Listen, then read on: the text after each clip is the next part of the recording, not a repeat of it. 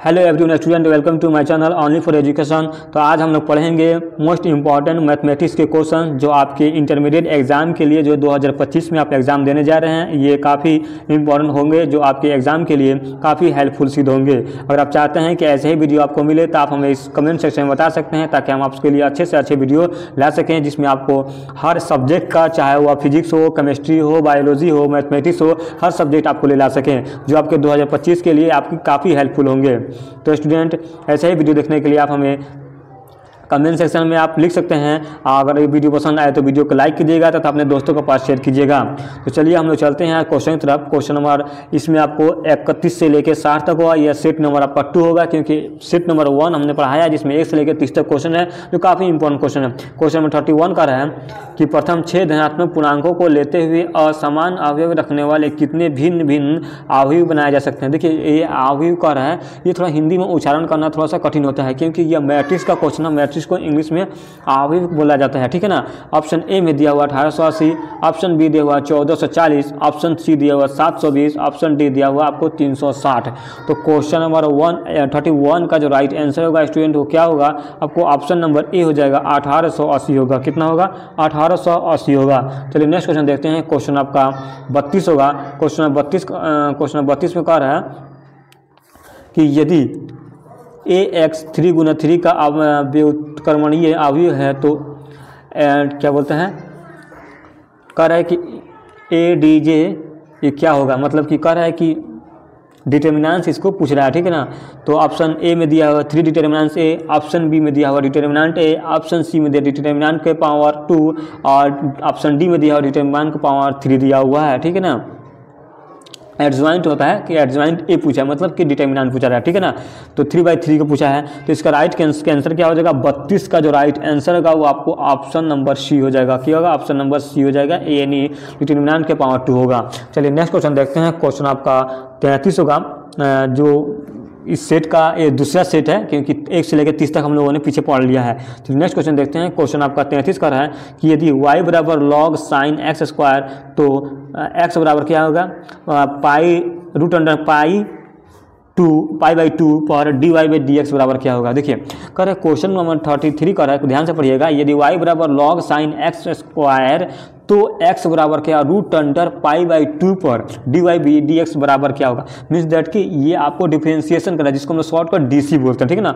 Option A में 0, option B 1, option C π/4, option D √π हो गया। तो क्वेश्चन नंबर 33 का जो राइट आंसर होगा स्टूडेंट क्या होगा? आपको ऑप्शन नंबर डी होगा, यानी कि √π होगा। चलिए नेक्स्ट क्वेश्चन देखते हैं। क्वेश्चन आपका 34 होगा, काफ़ी इंपॉर्टेंट क्वेश्चन है। क्वेश्चन 34 का है कि यदि f(x) = √3 sin x plus cos x है तो f(x) का अधिकतम मान x के किस मान के लिए है? ऑप्शन दिया हुआ है आपको, ऑप्शन दिया हुआ है।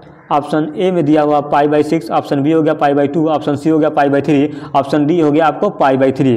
तो क्वेश्चन नंबर 34 का जो राइट आंसर होगा स्टूडेंट तो क्या होगा? आपको ऑप्शन नंबर सी हो जाएगा, यानी कि π/3 होगा। कितना होगा?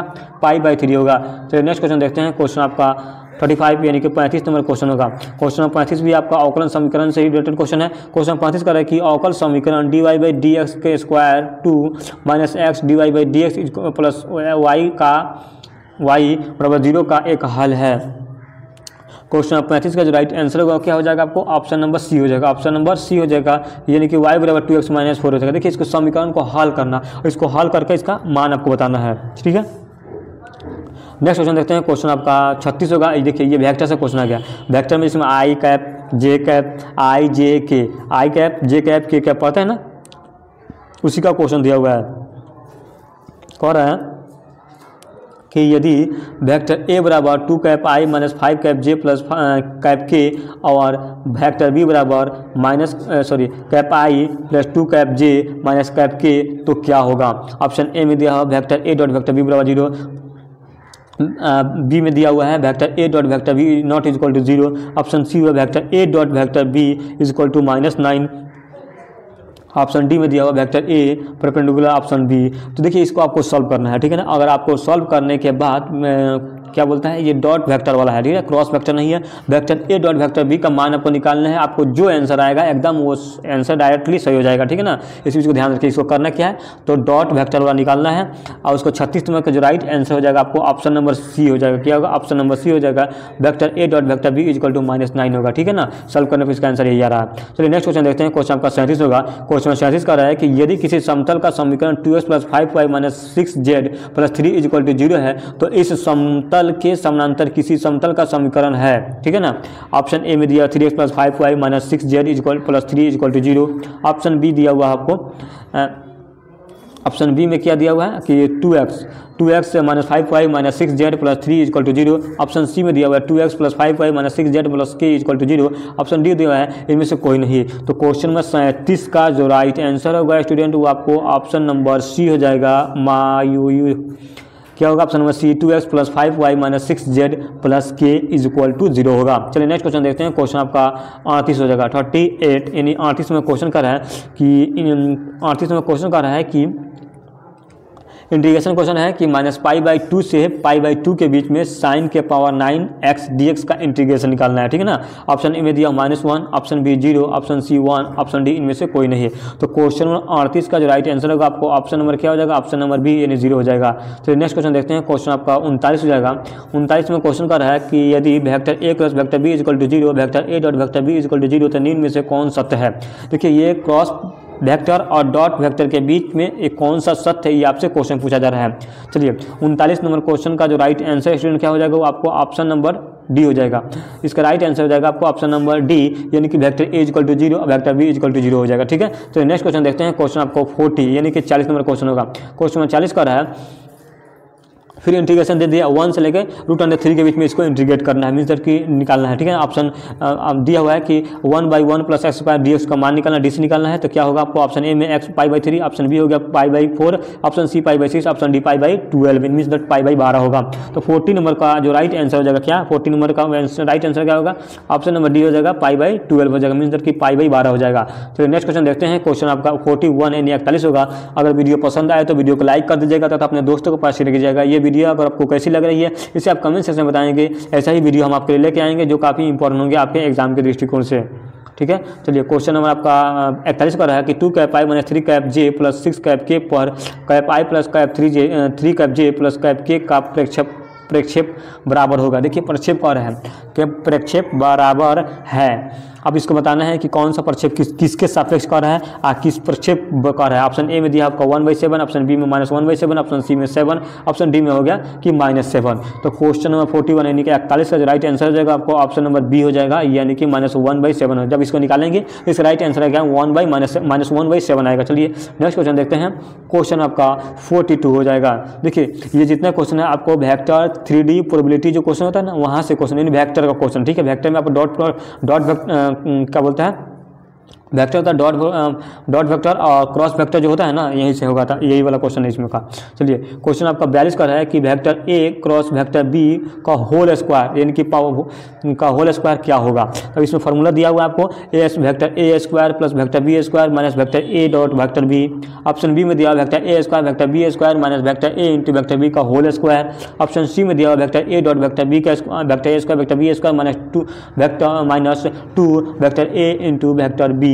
ऑप्शन डी दिया हुआ आपको vector A square vector B into dot vector B square plus 2 into vector A into vector B दिया हुआ है। तो क्वेश्चन नंबर 42 का जो राइट आंसर होगा स्टूडेंट क्या होगा, आपको ऑप्शन नंबर बी हो जाएगा, यानी कि vector A square vector B square minus vector A dot vector B का होल स्क्वायर होगा। चलिए नेक्स्ट क्वेश्चन देखते हैं। क्वेश्चन आपको 42 के बाद 43 क्वेश्चन देखते हैं। क्वेश्चन में 43 का रहा है, ये भी क्वेश्चन काफ़ी इंपॉर्टेंट है। क्वेश्चन 43 का यदि इंटीग्रेशन दिया हुआ है 0 से लेकर 2a fx dx = 2, फिर इंटू 0 से लेकर 1 बीच में इंटीग्रेट करना है fx dx, तो निम्न में से कौन सत्य है। ये आपको दिया हुआ है, सॉल्व करके दिया, इसमें से बताना है आपको कौन सा सत्य है। तो इसका हम डायरेक्ट आंसर बता देते हैं आपको, ताकि टाइम नहीं है, क्योंकि हम आपको थ्योरी और कंसेप्ट नहीं समझा रहे हैं जिसमें आपको हम पूरी चीज़ को एक्सप्लेन करेंगे, क्योंकि हम यहाँ पे एक क्वेश्चन दिखा रहे हैं, उस क्वेश्चन का आंसर क्या होगा इसको आप अनुमान लगा सकते हैं, फौरन आपको, ताकि रिवीजन हो सके, क्योंकि इसमें आपको कॉन्सेप्ट सीखने की जरूरत नहीं है। यहाँ पे आप जितने से जितने MCQ लगाएंगे, जो आपको एग्जाम में क्वेश्चन अगर आ रहे हैं, अगर हूबहू क्वेश्चन यहाँ से आ रहे हैं, क्योंकि हूबहू क्वेश्चन आने की संभावना काफ़ी अधिक है, क्योंकि जो भी क्वेश्चन है आपका पूरे सिलेबस के अकॉर्डिंग और उसका चैप्टर वाइज क्वेश्चन को मिक्स करके और बेहतर से तैयार किया गया कंटेंट है, जो आपके एग्जाम में काफ़ी हेल्पफुल होगा और यहाँ से क्वेश्चन देखने को मिलेंगे। तो क्वेश्चन नंबर 43 यानी 43 का जो राइट आंसर हो जाएगा वो आपको ऑप्शन नंबर क्या हो जाएगा, ऑप्शन नंबर बी हो जाएगा, ऑप्शन नंबर बी हो जाएगा। ठीक है, ऑप्शन बी में दिएगा f into 2a minus x equal to f x हो जाएगा। ठीक है, चलिए नेक्स्ट क्वेश्चन देखते हैं। क्वेश्चन आपका 44 हो जाएगा। देखिए क्वेश्चन नंबर 44 फिर वो क्वेश्चन आ गया। क्वेश्चन यदि a equal to 2 cap i plus cap j minus 8 cap K और वेक्टर b बराबर और cap i minus plus 3 cap j minus 4 cap K, तो vector a plus vector b का परिमाप बराबर होगा। परिमाप बराबर होगा, vector a plus vector b का परिमाप पूछा है। ठीक है ना, फिर इसको आपको बताना है। ऑप्शन ए में 13, ऑप्शन बी में 13/3, ऑप्शन सी में हो गया 3/13, ऑप्शन डी में हो गया 6/13। तो क्वेश्चन नंबर 44 का जो राइट आंसर होगा स्टूडेंट वो क्या होगा, आपको ऑप्शन नंबर ए हो जाएगा, यानी कि टोटल आंसर इसका 13 आएगा। चलिए नेक्स्ट क्वेश्चन देखते हैं। क्वेश्चन आपको 45 होगा। अगर वीडियो पसंद आए तो वीडियो को लाइक कर दीजिए तथा अपने दोस्तों के पास शेयर कीजिएगा और कमेंट सेक्शन में बताइएगा कि आपका कितना आपका आंसर सही हुआ। और इसका अगर आंसर मालूम है, अगर आपने इसको सॉल्व कर लिया है और पहले से आपने सॉल्व किया होंगे और MCQ कॉन्सेप्ट के साथ में, तो आपको अगर आंसर मालूम है तो उसे कमेंट सेक्शन में बता सकते हैं कि इसका ए होगा, इसका बी होगा या इसका सी होगा। क्वेश्चन 45 का है कि इंटीग्रेशन दिया 1/x² माइनस a² dx का क्या होगा। ऑप्शन ए में दिया 1/2a log, डिटर्मिनेंट में दिया है x माइनस a बटा x प्लस a, इसको आप डिटर्मिनेंट भी कर सकते हैं या फिर मॉडुलस भी इसको कह सकते हैं। ठीक है ना, मॉडुलस ही कहेंगे तो थोड़ा सा लगा। चलिए यहाँ बी में दिया हुआ है 1/2a log modulus x plus a by x plus x minus a।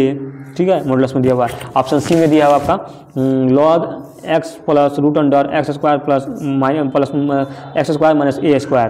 Question D में हो गया आपको log x plus root under x square plus a square. तो क्वेश्चन नंबर 45 का जो राइट आंसर होगा स्टूडेंट क्या होगा, आपको ऑप्शन नंबर बी हो जाएगा 1/2 log x plus modulus x plus a बटा x माइनस a हो जाएगा। चलिए नेक्स्ट क्वेश्चन देखते हैं। क्वेश्चन नंबर 46 हो जाएगा।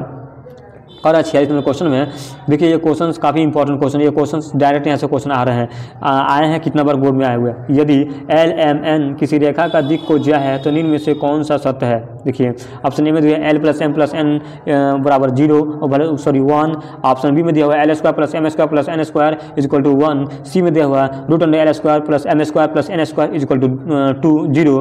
डी में इनमें से कोई नहीं। देखिए क्वेश्चन नंबर 46 का जो राइट आंसर क्या होगा, आपको ऑप्शन नंबर बी हो जाएगा। देखिए स्टूडेंट जो भी क्वेश्चन फार्मूला वाला होता है, चाहे आपका ट्रिगो का क्वेश्चन हो, चाहे आपका कोई भी डिस्टेंस वाला क्वेश्चन हो या कोई भी हो, अगर फार्मूला रिलेटेड क्वेश्चन है तो उसको वहाँ पे आप बनाने जाएंगे, कॉन्सेप्ट सीखने जाएंगे, तो ये कहीं ना कहीं आप अपने तैयारी में कमी किए हुए हैं। क्योंकि जब फार्मूला बेसिस क्वेश्चन आए तो डायरेक्टली उसको आपको ऐसा रट्टा होना चाहिए कि डायरेक्टली आप उसको बोल दें कि इसका आंसर यही हो। जिसमें आपसे क्वेश्चन नंबर 46 पूछा है कि L square M square plus N square equal to 1 होता है, तो इसको डायरेक्टली आप बोल दीजिए कि इसका ऑप्शन नंबर बी होगा। ठीक है ना, इसमें आप ज़्यादा घुमा फिरा देखने के बस हाँ ऑप्शन एक बार देख लेंगे कि कौन कौन सा ऑप्शन दिया हुआ है। ठीक है ना, उसके बाद आप इस पर टिक डायरेक्टली करें, क्योंकि यहाँ पे बनाने की जरूरत नहीं है, डायरेक्टली आपका फॉर्मूला बेसिस क्वेश्चन है। चलिए नेक्स्ट क्वेश्चन देखते हैं। क्वेश्चन आपका 47 होगा। क्वेश्चन 47 का है यदि ए और बी के वर्ग आयु है तो ए बी डैश क्या होगा। देखिए ये मैट्रिक्स का क्वेश्चन है, कह रहा है कि ए और बी वर्ग आयु है, मतलब कि स्क्वायर मैट्रिक्स है। देखिए आप सबसे इंपॉर्टेंट है कि इंग्लिश में पढ़ना मैथमेटिक्स को सॉल्व करना बहुत इजी होता है, लेकिन जब हिंदी में आते हैं ना तो ऐसा क्वेश्चन देता है समझ। अब यहाँ क्वेश्चन दिया होगा वर्ग आयु क्या, अब हमको समझ में नहीं आ रहा है कि आपको भी नहीं समझ में आएगा, आप हिंदी में पढ़ेंगे, क्योंकि मैट्रिक्स में कह रहा है कि स्क्वायर मैट्रिक्स है तो ए बी डॉट का मान क्या होगा। ठीक है ना, अब क्वेश्चन ऑप्शन ए में दिया हुआ A dot B dot, option B में दिया हुआ ए बी डॉट, सी में देगा B dot A dot, D में दिया हुआ आपको ए डॉट बी। तो क्वेश्चन नंबर 47 का जो राइट आंसर होगा, ये भी फॉर्मूला बेसिस क्वेश्चन है, क्योंकि आपने जब पढ़ा होगा तो वहाँ पे आपको शिक्षक लोगों ने पढ़ाया होगा। इसका जो राइट आंसर होगा आपको ऑप्शन नंबर सी हो जाएगा, बी डॉट ए डॉट होगा। चलिए नेक्स्ट क्वेश्चन देखते हैं। क्वेश्चन आपको 48 होगा। अगर वीडियो पसंद आए तो वीडियो को लाइक कर दीजिएगा तथा अपने दोस्तों के पास शेयर कीजिएगा। ये जो भी क्वेश्चन है आपका बोर्ड मॉडल क्वेश्चन है, काफ़ी इंपॉर्टेंट क्वेश्चन जो आपके एग्जाम के दृष्टिकोण से ये तैयार किया गया कंटेंट है, तैयार किया गया क्वेश्चन है। क्वेश्चन 48 का है कि कॉस इनवर्स कॉस 7π/6 का मान बराबर है। ऑप्शन ए में दिया होगा 7π/6, ऑप्शन बी में दिया होगा 5π/6 और सी में दिया होगा π/3, ऑप्शन डी में दिया होगा π/6। क्वेश्चन 48 का जो राइट आंसर होगा आपको ऑप्शन नंबर क्या हो जाएगा, ऑप्शन नंबर बी हो जाएगा, यानी 5π/6 होगा। नेक्स्ट क्वेश्चन देखते हैं, क्वेश्चन आपका 49 होगा। कह रहा है 49 में क्वेश्चन कर रहा है यदि y बराबर log इंटू log x तो dy/dx इक्वल टू क्या होगा।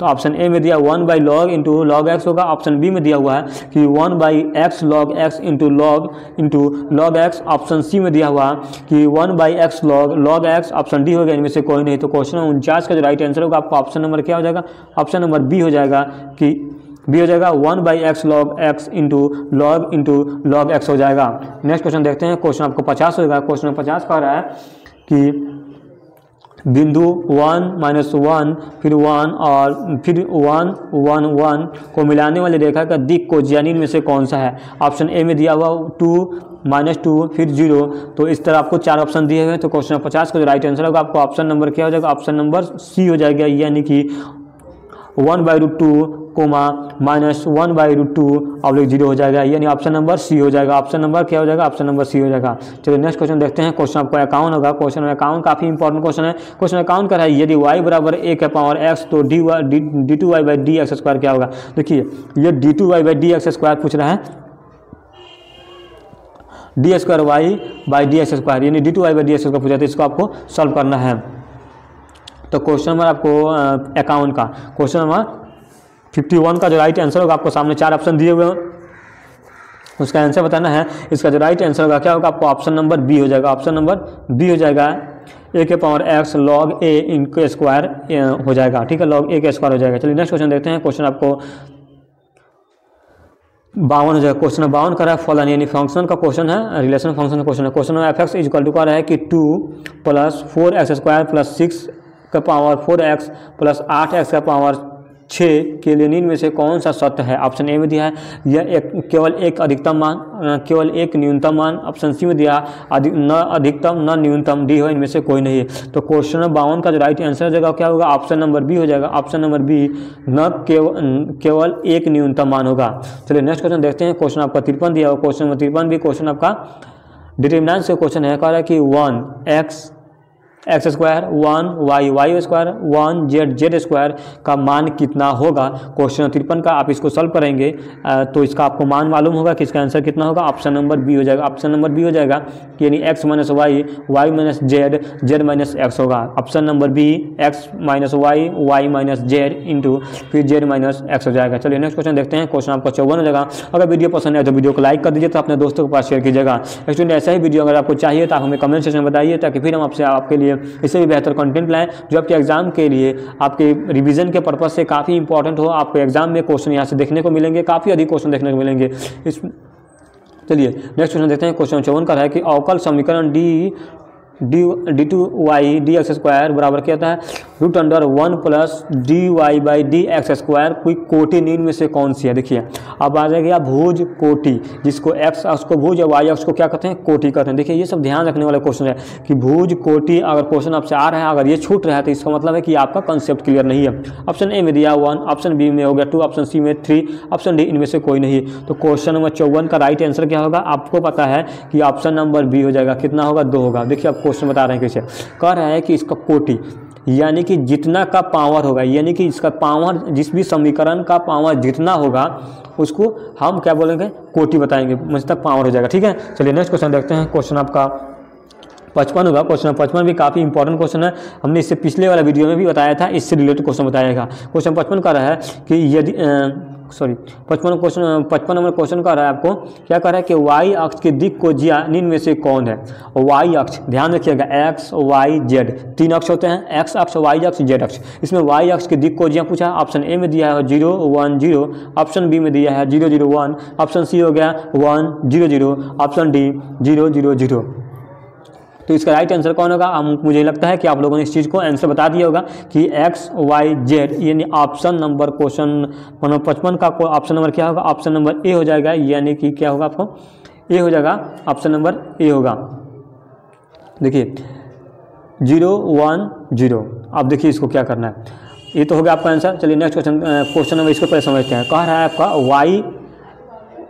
x कहा, तो x जब कहा तो x का मान देख लेंगे, जो x का मान कितना हो जाएगा आपका 1 हो जाएगा। ठीक है, अगर आपका y कह रहा है एक्स हो गया, वाई कह रहा है वाई एक्स, तो वाई का मान आपको 1 रख लीजिएगा। अगर आपसे जेड कह रहा है तो जेड का मान कितना रख दीजिएगा, आप 1 रख दीजिएगा। देखिए ठीक इसी प्रकार इसमें क्या है, कह रहा है कि वाई एक्स के दिक को क्या होगा, देखिए एक्स का मान 0 रख दिया, फिर जेड का मान 0 रख दिया, लेकिन वाई का मान 1 रख दिया, वाई का मान कितना रखा, 1 रखा। ठीक उसी प्रकार अगर आपका एक्स पूछ रहा है, जिस चीज़ का मान पूछेगा ऑप्शन नंबर और सॉरी वो नहीं है उसमें एक्स का पूछ रहा है, तो जाहिर सी बात है कि एक्स का मान उसमें 1 रखा होगा और दो जो मान है जिसमें वाई और जेड उसका मान 0 रख देगा। ठीक है ना, इसी प्रकार इसको समझना। चलिए नेक्स्ट क्वेश्चन देखते हैं। क्वेश्चन आपका 56 होगा। क्वेश्चन 56 का है, निम्न में से कौन सा अवकल समीकरण dy/dx बराबर y/x का सामान्य हल है। ऑप्शन ए में दिया है y बराबर k/x, ऑप्शन बी दिया है y बराबर kx, ऑप्शन सी हो गया y बराबर k log x, डी दे दिया होगा log y/kx। तो क्वेश्चन नंबर 56 का जो राइट आंसर होगा स्टूडेंट क्या होगा, आपको ऑप्शन नंबर बी हो जाएगा, ऑप्शन नंबर बी हो जाएगा, y बराबर kx हो जाएगा। चलिए नेक्स्ट क्वेश्चन देखते हैं। क्वेश्चन आपका 57 हो गया। फिर यह क्रॉस वेक्टर आ गया, वेक्टर का क्वेश्चन है, क्रॉस वेक्टर क्वेश्चन आ गया। क्योंकि क्रॉस वेक्टर का रहा है कि cap J cross cap I is equal to क्या होगा। देखिए इसका राइट आंसर क्या होगा आपको बताना है। इसका राइट आंसर आपको ऑप्शन नंबर बी हो जाएगा, माइनस कैप की होगा। अब आप पूछ रहे होंगे, जानना चाहेंगे कि ये कैसे होगा। देखिए आपने इस चीज़ को पढ़ा होगा, इसमें बेशक इसमें किसी प्रकार की कमी नहीं है। देखिए आप भी जानते हैं कि कोई भी चीज़ अगर एक सीरीज में चलता है तो वो प्लस में आता है, जब एक उल्टा चलता है तो माइनस में। जैसे में आई के बाद जे के बाद की आता है। ठीक है, आज जब हम पढ़ रहे हैं पहले जे पढ़ रहे हैं, फिर के पढ़ रहे हैं, के बाद क्या आता है, आई आता है। ठीक, जे के आई हो गया, मान चलिए आई जे के बाद आई, क्योंकि हमें इस तीनों को ही घुमाना है। ठीक उसी प्रकार यहाँ जे कैप आई दिया हुआ है, तब क्या होगा, माइनस किया जाएगा, क्योंकि यहाँ पर रिवर्स हो रहा है। रिवर्स होने का मतलब क्या होता है, माइनस होगा। ठीक है ना, यानी बैक की तरफ जा रहा है। ठीक है ना, इसलिए इसका आंसर क्या होगा, आपको माइनस के हो जाएगा। कितना होगा, माइनस के हो जाएगा। ठीक है, ये ध्यान रखिएगा, माइनस के होगा। जब भी कोई चीज़ अगर एक सीरीज में चल रहा हो, यानी कि प्लस डायरेक्शन में चल रहा हो, आगे के डायरेक्शन में जा रहा हो, तो वहाँ प्लस होगा, और बैक डायरेक्शन में है तो वहाँ पर क्या होगा, माइनस होगा। ठीक है, इसलिए इसका आंसर राइट होगा ऑप्शन नंबर के। चलिए नेक्स्ट क्वेश्चन देखते हैं। क्वेश्चन नंबर आपका 58 हो जाएगा।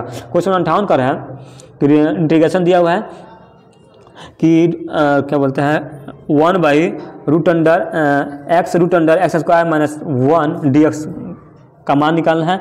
तो 58 नंबर का जो राइट आंसर होगा क्या होगा, आपको ऑप्शन देख कर बताना है। 58 नंबर का जो राइट आंसर होगा आपको ऑप्शन नंबर सी हो जाएगा।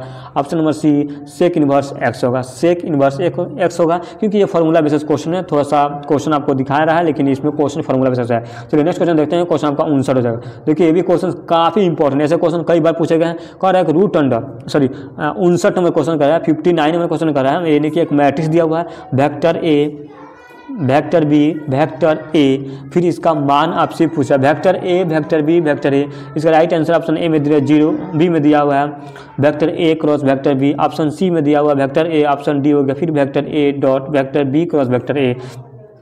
तो 59 नंबर का जो राइट आंसर हो जाएगा क्या होगा, ऑप्शन नंबर ए हो जाएगा। आप भी जान रहे हैं कि इसका मान 0 होगा।